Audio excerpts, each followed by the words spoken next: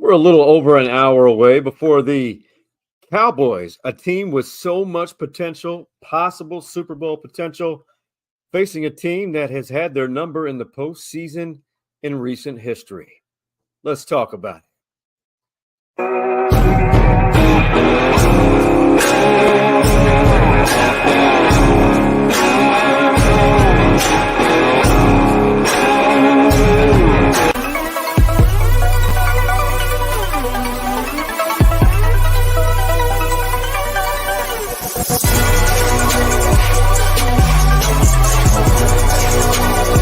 Love it.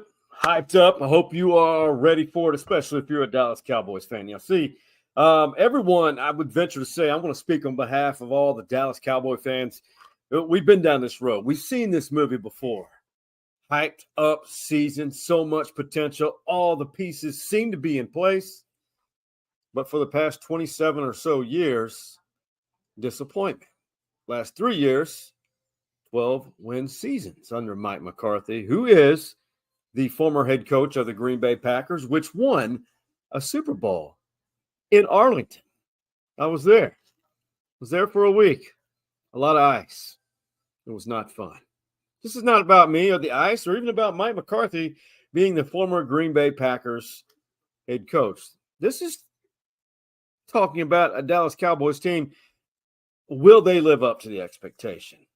And by the way, I want to give a shout out before we move any further to the fine, generous people on the left and right hand, upper left hand and upper right hand corner, Shoal Saloon, which is your unofficial home to UT men's and women's basketball away from the Moody Center. Or if you don't go on the road with either team, see their games, we'll see our friends at Shoal Saloon. Great food, great mucho frio beverages, and of course, honest plumbing and air, where a handshake still means something. And right now, I know it's freezing right now, but get your HVAC checked. Seriously, AC, and if you need a new AC, the best prices for those are right now. All right, the Cowboys, number two in the NFC. They closed out the season pretty strong. Philly choked, which was shocking. Don't know if they're going to have a coaching change. But what will satisfy Jerry Jones and Cowboys fans for Mike McCarthy to retain his job? He's won 12 games each of his seasons as the head coach of the Cowboys, especially the last 3. And now you've got a lot of pressure because the Cowboy fans, rightfully so, are angry. They're on edge because we talk about this every year, America's team. I've been a Cowboys fan since I've come out of the womb. But again, this is not about me. My thing is this the year? Now I'm starting to feel it. I personally think that if the Cowboys make it to the NFC Championship game, that's a great year. But this fan base is starving for a playoff, a Super Bowl appearance at the minimum.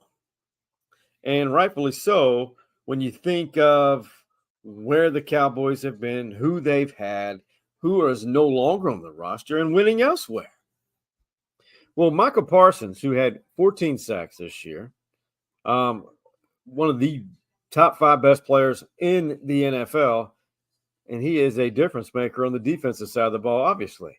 Well, it's hard to believe that this is his 3rd opportunity at the postseason, and he was asked about that earlier this week. I'm really craving it, especially when you keep doing better and better and you've gone into it. But, I think it means more a little bit every year because, it's just going by so fast. I can't believe it's the end of my 3rd season already. So I'm super excited for Sunday and kind of hopefully go on this run.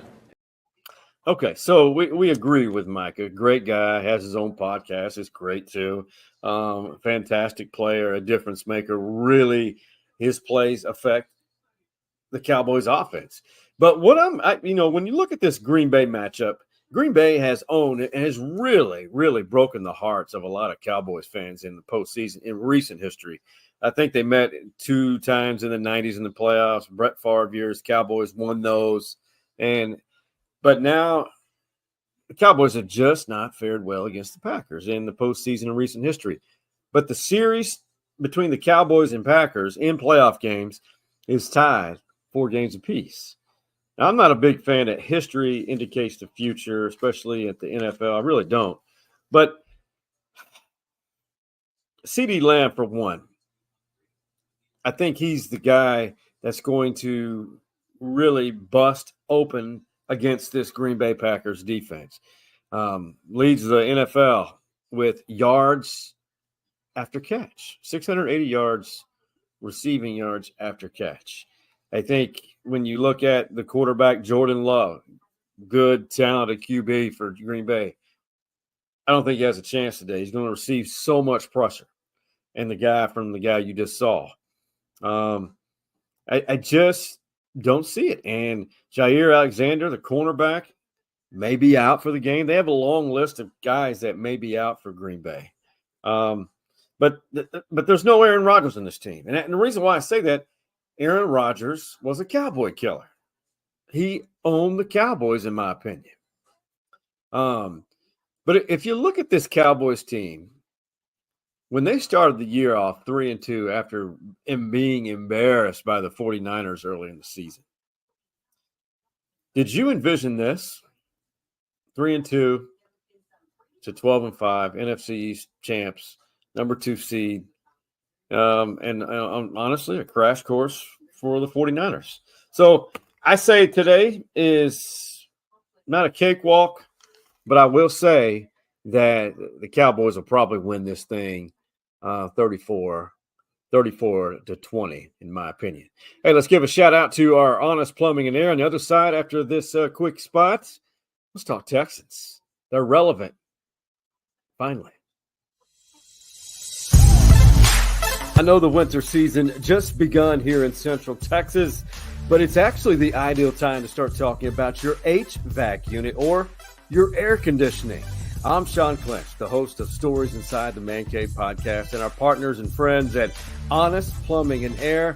They are the ideal group and set of people who will take care of you, because we all know our summers are long and hot, and if you think your AC unit is on the brink, right now, the winter season is the best time price-wise, because we're all looking for bargains. We're all looking for an idea to fit things into our budget. So give Honest Plumbing and Air a call at the number on your screen, 512-238-2058. Honest Plumbing and Air, where a handshake still means something.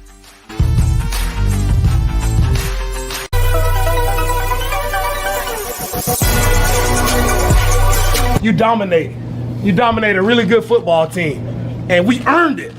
We talk about an opportunity, you guys earned it up, and then you came and showed what Texan-style football looked like. Yeah. Like everybody put on offense. Awesome job. Defense. Score how many? How about that?